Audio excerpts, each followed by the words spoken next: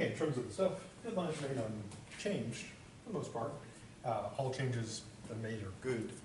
Exam 3, Exam 4, quizzes part 4, deadline tomorrow, April 26th, end of day, so to 9 p.m. The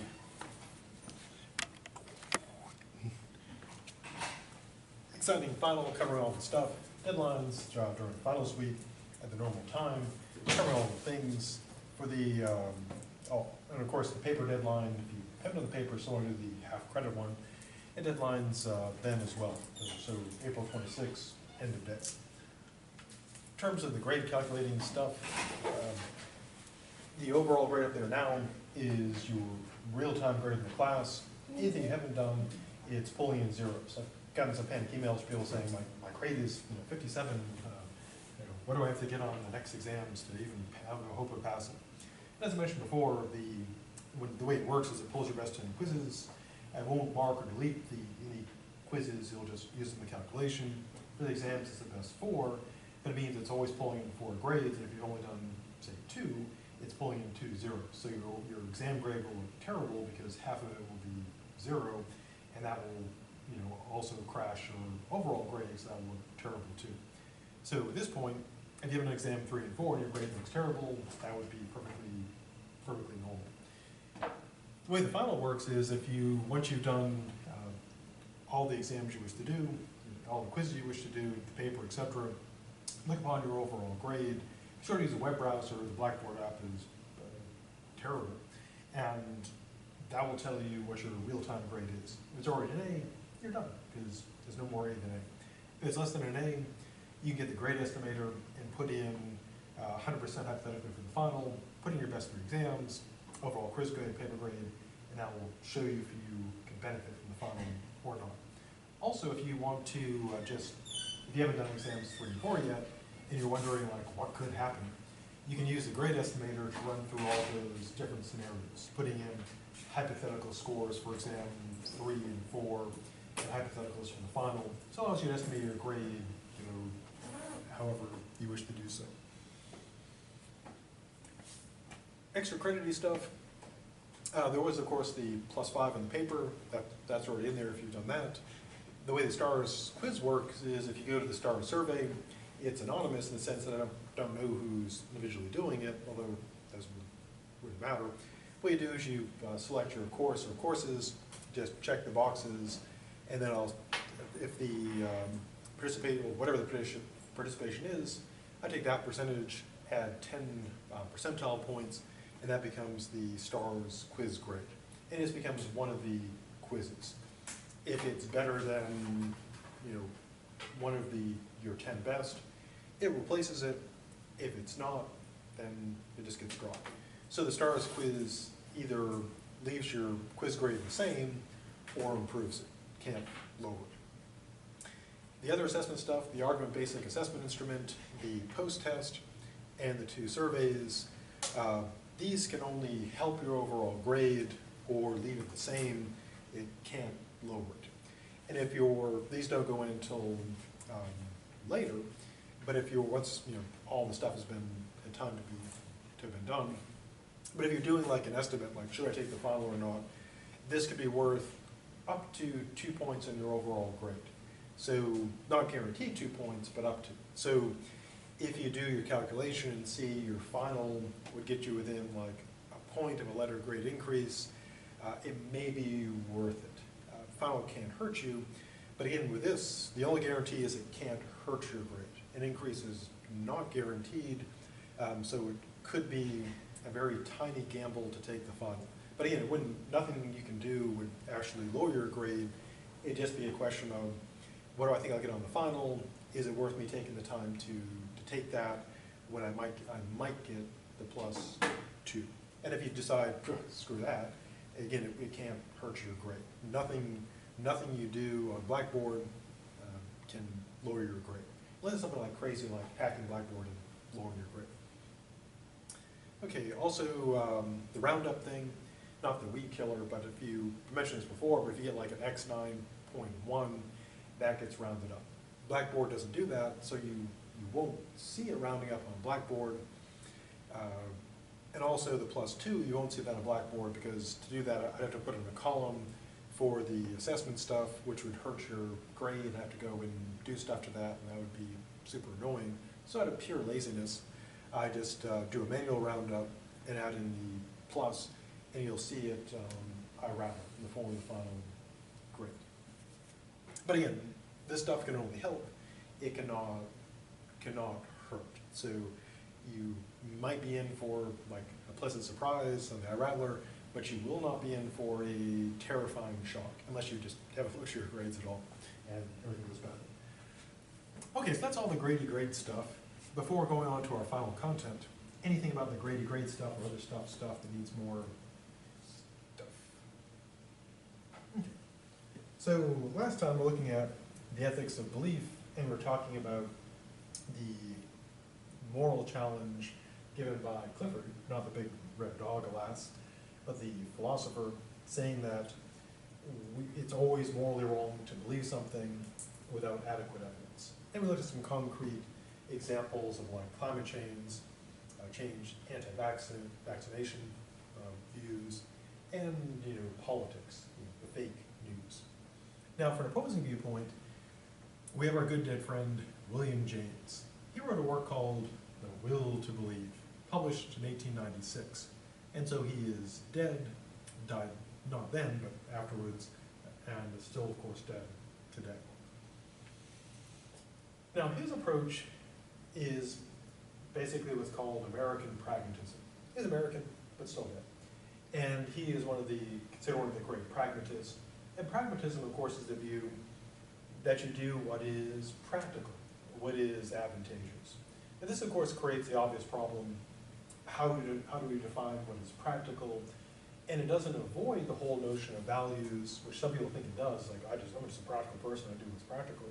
Because it still raises the question of what is the value, how do you measure the value of practicality? Do you measure it in dollars on the table?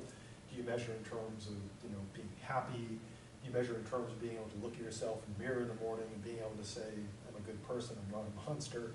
How do you measure it? And so even then, there are still questions about what is practicality.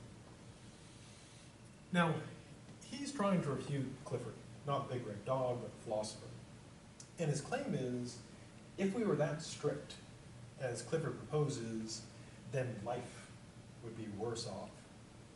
Why? Well, he raises a very practical problem.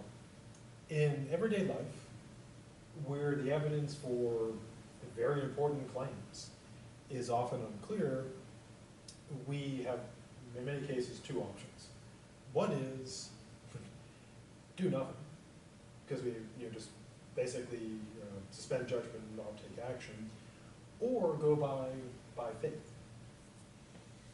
So James, I'll give an example of my own. One thing, if you follow nutrition at all, if you're worried about what you're eating, and you look back at sort of the history of the USDA and nutritional recommendations, one thing you'll notice, which is kind of confusing, is the recommendations change like a lot. So sort of the established science at the point is in way constant churn. For example, use the example of eggs, chicken eggs. Used to be like, okay, eat chicken eggs for breakfast, they're great. Then it became, ooh, they're maybe not so great. Then the worry was that they had cholesterol, they would cause high blood pressure. Then they were good again, and they were terrible again. And now they're like kind of good, like have one, but not too many. Similar with like coffee. Coffee's a similar thing where it used to be like, yeah, your brain is fueled by coffee, to, ooh, this stuff is not so great, to, maybe it's okay, to, ooh, it's terrible, to, oh, maybe you'll live longer. And so you kind of have to make a choice about what you're going to eat. Do you drink coffee? Either you do or you don't. Do you eat eggs? Maybe you do, maybe you don't.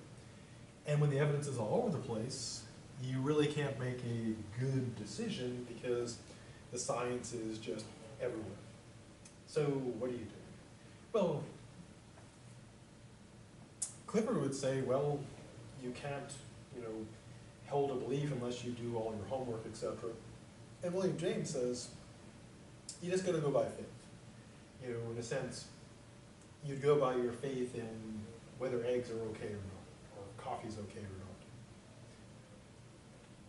not. Now, he doesn't think that we are allowed to do this like everywhere. That, if someone said, hey, Bill, can I just do this all the time and just never bother doing any research or homework or looking at facts or anything? Can I just like go with whatever I feel? And he would say, well, no. But, he says, sometimes we have to make choices about things when we don't know. And so he takes belief to be something live, momentous, and we can, in scenarios where we just can't avoid making a decision. For, as he claims, not to choose is to choose against it. I mean, using the pragmatic example of breakfast. You either have eggs or you don't. So not making a choice is a choice. Namely, you don't have it. Similar with coffee. Either you have coffee or do not. And so the lack of choice is still a choice, or so he claims. So we're kind of trapped by our actions. We have to do something.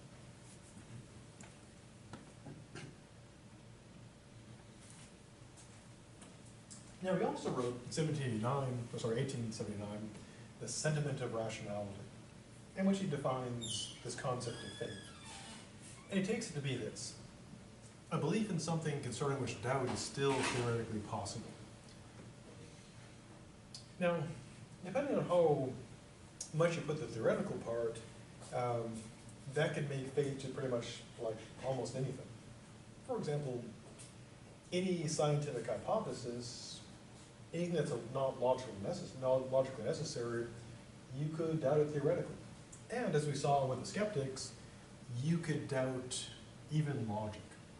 And so if we take that definition, kind of strictly and seriously, that would mean that pretty much everything would be faith.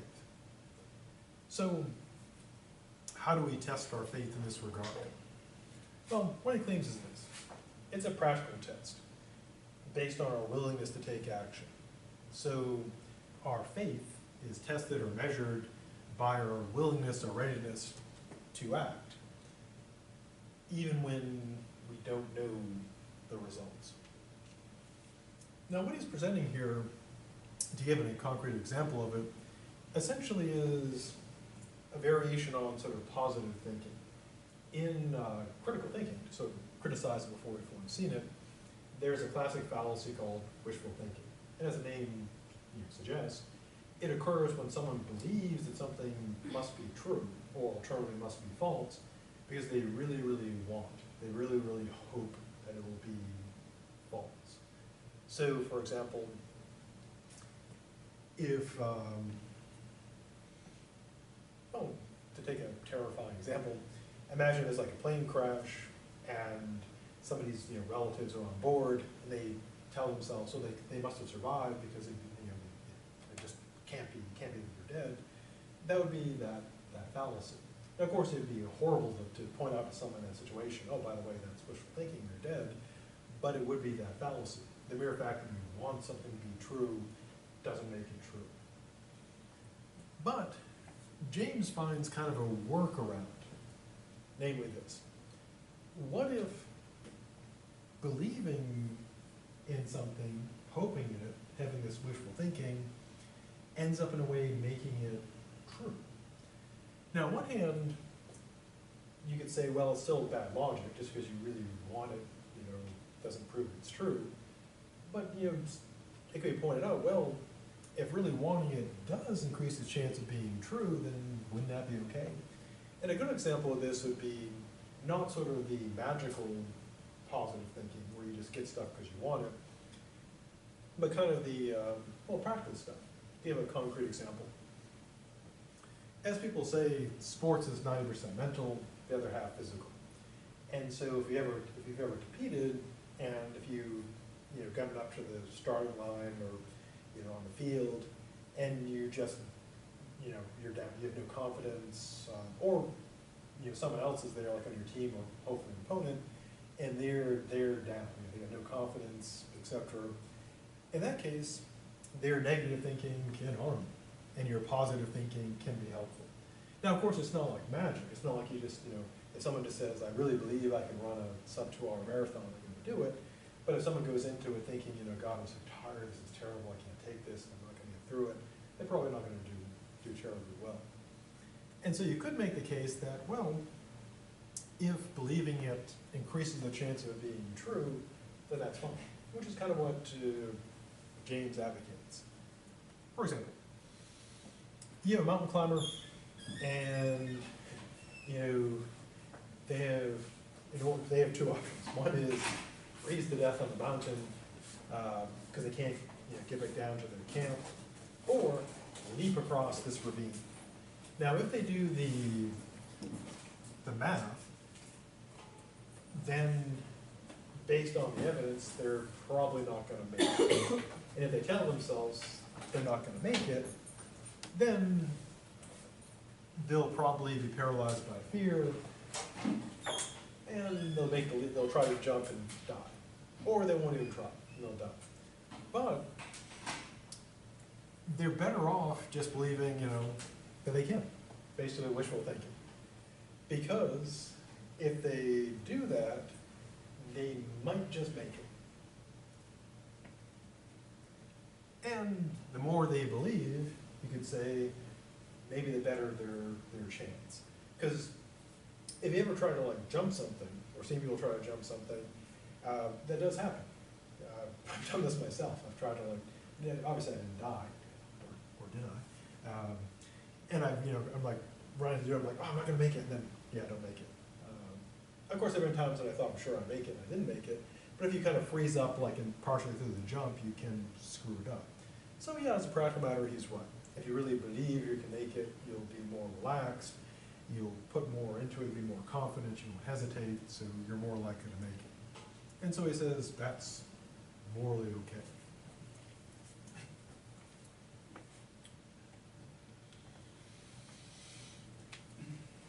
Now he ties this, as you might imagine, into religion. For many people, religion can be a genuine option. That is to say, you have a right to believe a story you regard as better than worse. So if what makes your life better is belief in a particular faith, James says, go for it, will to believe. So you must will to believe what the evidence doesn't support. And so William is being very practical, pragmatic about this. And so whereas Clifford said, if you don't believe the basis of evidence, you are wrong.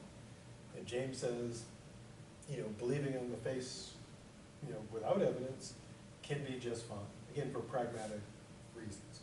And the clearest case would be, well, if believing in a jump you're probably not going to make, that you can make it even though you probably can't, increases your chance of making it, believe that. Because the alternative is, death. And he says the same for religion.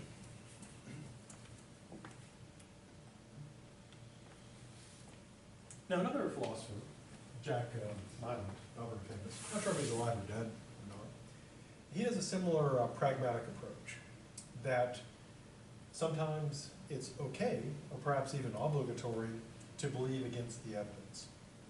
And he looks at, pragmatic concerns, such as loyalty to a friend, fear of disastrous psychological consequences, can be reasons to reject this evidence. Now again, this also ties back into critical thinking, because believing something based on fear of consequences that aren't logically relevant is actually another class of fallacy. It's called appeal to the consequences of belief. The idea being that if people not believing it would have terrible consequences, not because it's false, but because people don't believe it, then you should accept it as true, would be bad logic. For example, if someone says that if people didn't believe in religion, people would behave terribly, they'd be wicked and terrible. Therefore, religion is true.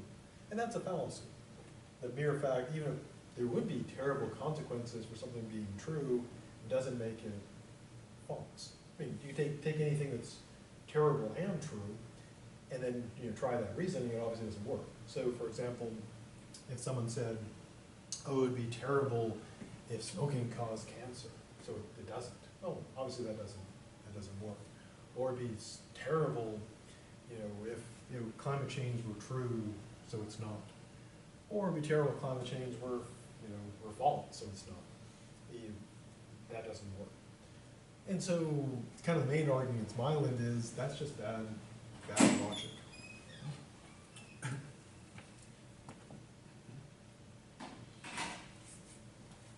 Another philosopher, Postman, he might still be alive. Maybe not. Again, I should check alive or dead. Now, he argues against those views. First, he claims it's just, crazy and incoherent. Namely, the ability to believe stuff just by willing it seems to be at best very rare. And we do have moral duties to believe according to the evidence. Now, so he takes the view that, yeah, we just can't make ourselves believe anything, but I just think that we can, as I mentioned before, kind of like training for sports, we can put ourselves through this training to get ourselves in a scenario where it's likely that this will hold. So that's kind of the battle over the beliefs. We have on one side, only based on evidence, that's the only morally acceptable approach. And then we have the approach of William James, which is the pragmatic approach. Before going to our last and final essay, anything about the stuff so far needs more stuff. Okay, our final reading is from our good dead friend, John Locke. His essay is on enthusiasm. And he's looking at the question of, when should we believe? Now, what he claims is this. If a person is a lover of truth, they should not believe anything beyond the proof that exists for it. If someone believes beyond the proof, beyond the evidence, they're not motivated by a love of truth, but for some other reason, which makes sense, because if someone believes based on evidence, and that is to love truth, and if someone believes beyond the evidence, there must be something else going on. So the gist of his view is essentially what we should believe is based on the evidence, and we should proportion our belief to the evidence. Now, his concern is that there can be like a corruption of our judgments. And one of the dangers of this is people who corrupt their own judgments, they're generally all too willing to try to corrupt the beliefs of others. And he also considers, a problem we have today. How do you deal with people who believe stuff that's unfounded, untrue, or believe things on the basis of bad logic, lack of evidence, etc.? How do you engage them? Now, this is not just an abstract philosophical problem. I mean, to give the example I used last time, we are right now, it was on NPR this morning, talking about all these measles outbreaks we're getting. And measles, we tend to think of it as like not very serious, but it can actually kill people, and it's incredibly contagious. If someone sneezed in this room within the past 2 hours and had measles, and you're not vaccinated, you could get measles and die. That's how serious it is. So there are people who think, they shouldn't get their vaccinations for a variety of reasons. And so a practical question, how do you convince people to get their vaccinations or get their children vaccinated so they don't die? And Locke is addressing not that particular problem, but that general problem. And he notes,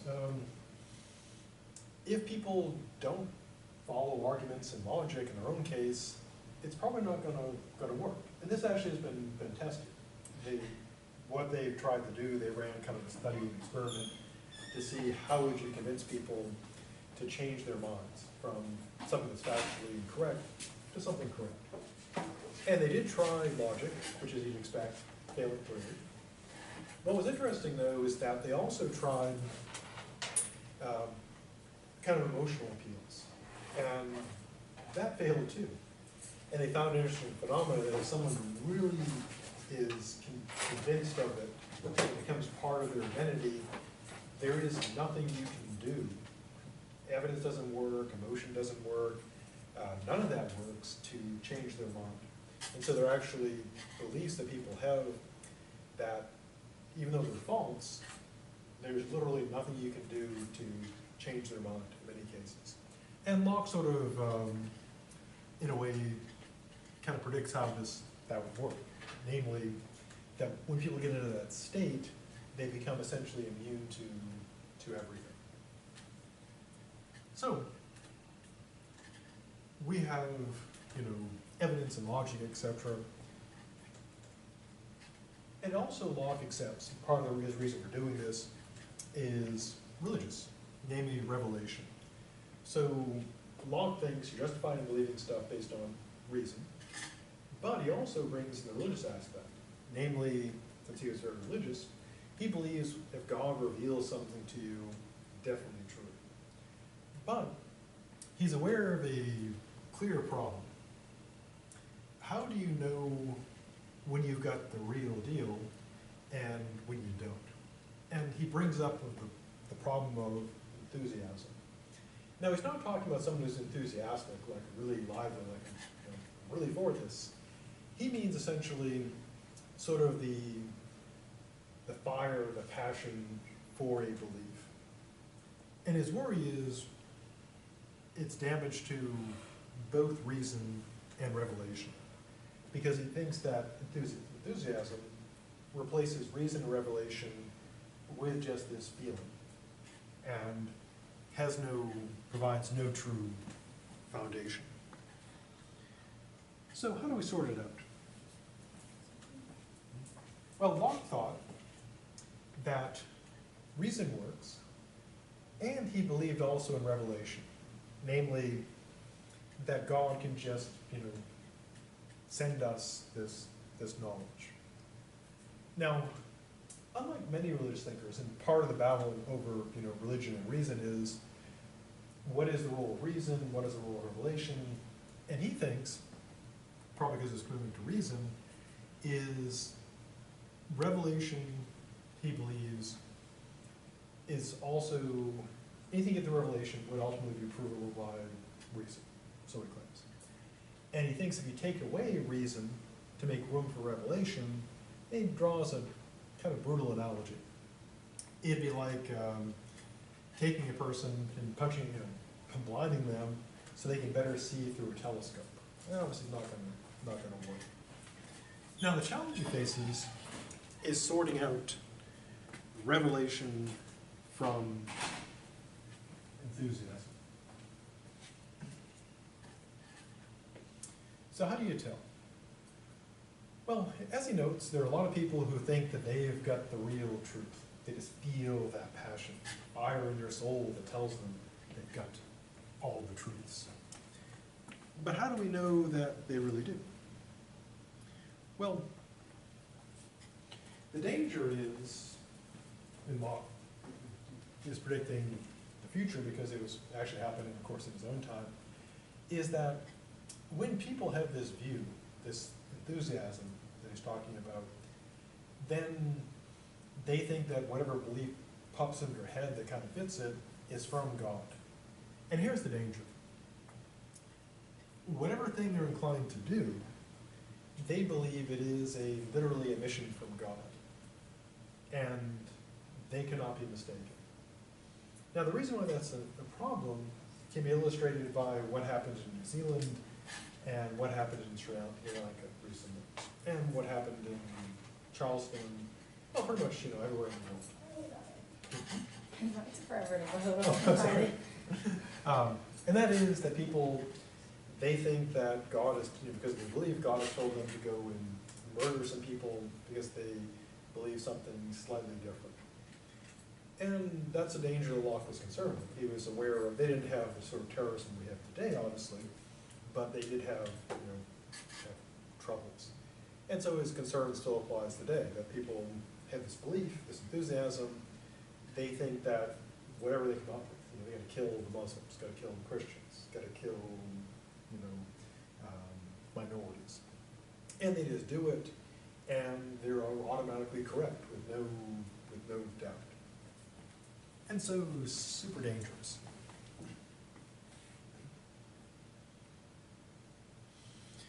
So how does it work?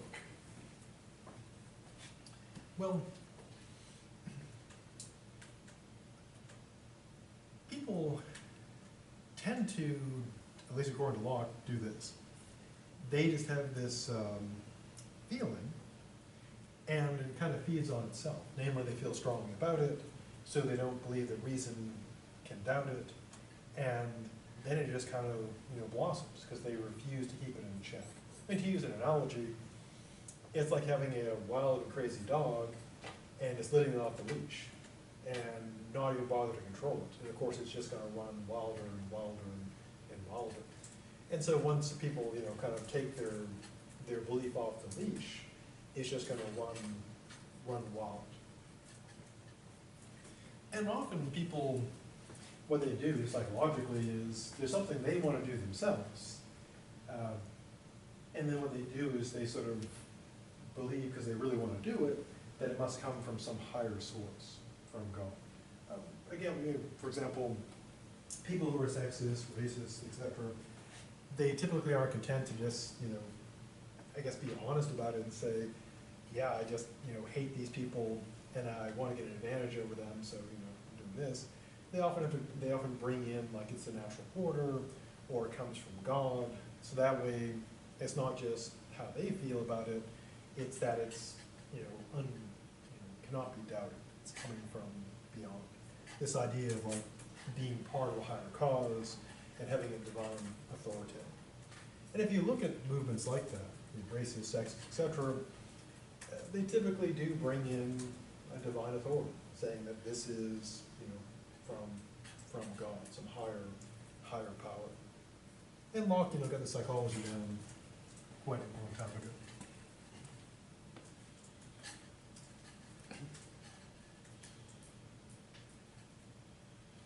So he continues to analyze kind of the problems, namely,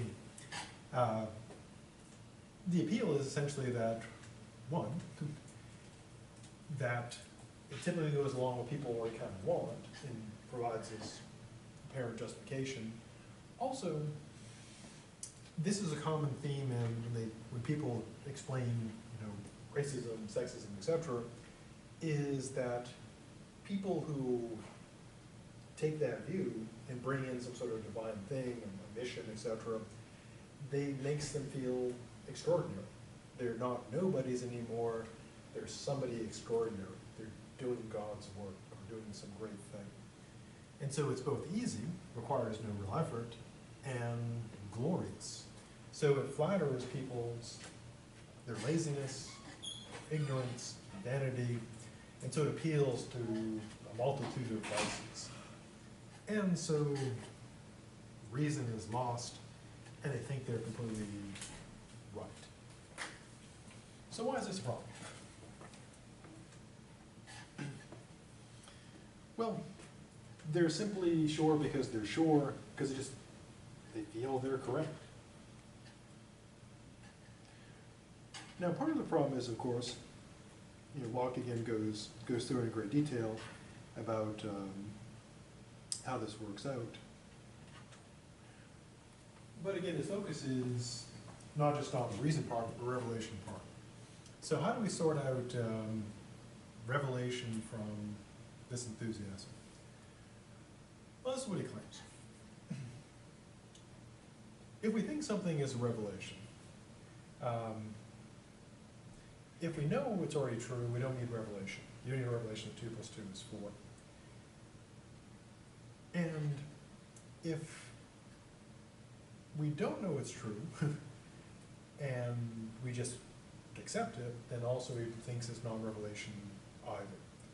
So part of his challenges here is trying to sort this out. Ultimately, though, he does not succeed. It's because what do we have to do?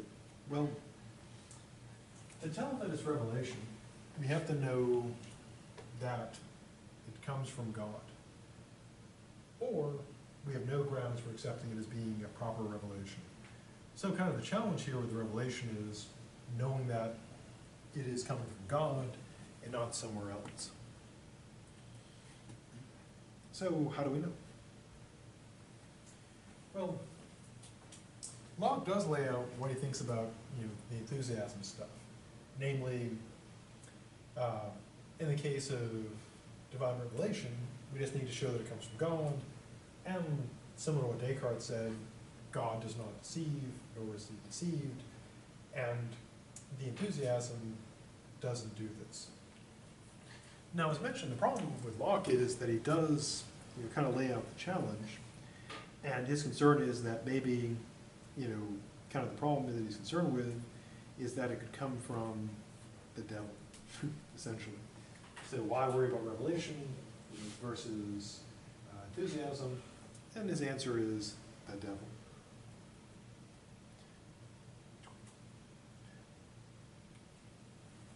So, the devil. So kind of the challenge is this takes us back in a way kind of full circle. What the skeptic has always said is, how do you know? Anything you bring up, how do you know? How do you know? And one thing that philosophers have returned to repeatedly is this notion of the natural light, the light of reason, the light, the true light. Now, for Plato, he had the good. And the idea is that what the good shines upon, you know is true because the good is good, and it shines on the light of truth. But then, of course, the question is, how do you know it's the light of the good and not, LSD or something? Then we saw in our good dead friend Descartes a similar thing. You have this light of natural reason, which is guaranteed by God, which of course leads to the question, how do you know God is guaranteeing it? And Descartes runs in that circle. I know a God perceive as clear and distinctly as true because God guarantees that, and I know God exists and does this because I clearly and distinctly perceive that, running in a circle. So Locke goes into the light. So the sign is basically the light. But then what's the problem? The problem as always is Satan. Always the problem. So how do we tell between the inspiration of God, the true light, and the delusions of Satan? Now, as Locke notes, Satan originally, of course, was the first and greatest of the angels, God's, his best, supposedly best creation. And then, of course, things went on. He befriended him on Facebook and all downhill from there. Actually, Facebook's in hell, sorry, I didn't have Facebook in hell. That's clearly hell. Satan can still go back to being, kind of the original appearance, at least according to the lore. And so Satan can transform himself back into an angel of light. His original name, of course, was Lucifer, meaning light. And so it can be all, shiny and deceitful and stuff. And so people who hearken to the false word of the devil are just as convinced as those who are enlightened by God. And so his worry here, again, is essentially Satan. That how do people tell when they have the true light of divine revelation and when they're being deceived by Satan? Now, if you don't believe in the metaphysics of God and the devil and stuff, the problem still remains. Instead of being how do you know whether it's the angel on your shoulder or the devil? The question is, how do you know that the light shining upon it is giving you the truth versus you're psychotic or you're high or just really, really stoked about it? How do you tell? And I wish I had an answer, but alas, I do not. Now, we do think there's a distinction, and unfortunately, well, here's the problem with revelation. If we, knew the distinction, in a way there'd be no problem. If for example, Think about if you use the two-step authentication for like your Google account or your Microsoft account, and that way the idea is that you can verify stuff. Now imagine like beliefs had two-step verification. You can only go through if it were true, and then you can do like you get some shining being appears to you and says, "I have the truth." You say, "Wait a minute, got to authenticate." Ooh, good try, Satan, but you didn't pass that two-step authentication. Or like, oh, genuine God. So lay it on me, God. You pass the two-step authentication, ready for the truth. And so the question is then, how do we tell? And that is a fundamental problem of epistemology, namely, how do you know when it's the real truth, being shining with the light of truth, and when it's just, being super stoked? And unfortunately, Locke doesn't really help super much. Now what he does is paint a little bit of help, a little bit of a picture. Namely, he does note, going back to the Bible, that God doesn't like wipe out people's reason when he does the supernatural stuff.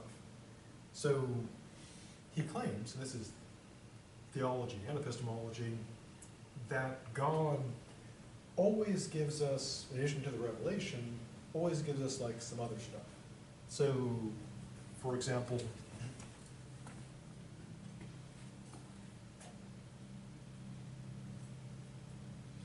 he notes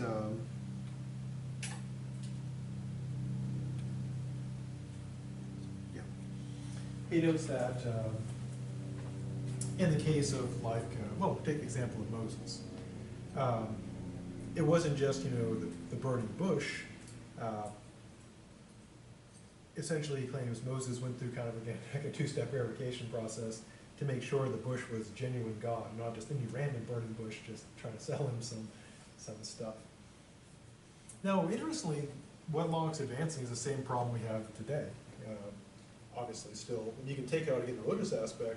Think of like fake news. Today we don't have burning bushes; we have Facebook, which is run by the devil. So when you have something pop up in your newsfeed on Facebook, the question is that true or not? It may appear to come from a good source, like ABC News or CNN, etc. But the question is, how do you tell when it's the authentic thing and when it's the fake thing? Now, in Locke's case, he claims that when God does his stuff, and he's really concerned about the religious part, God doesn't just do like God, send the message.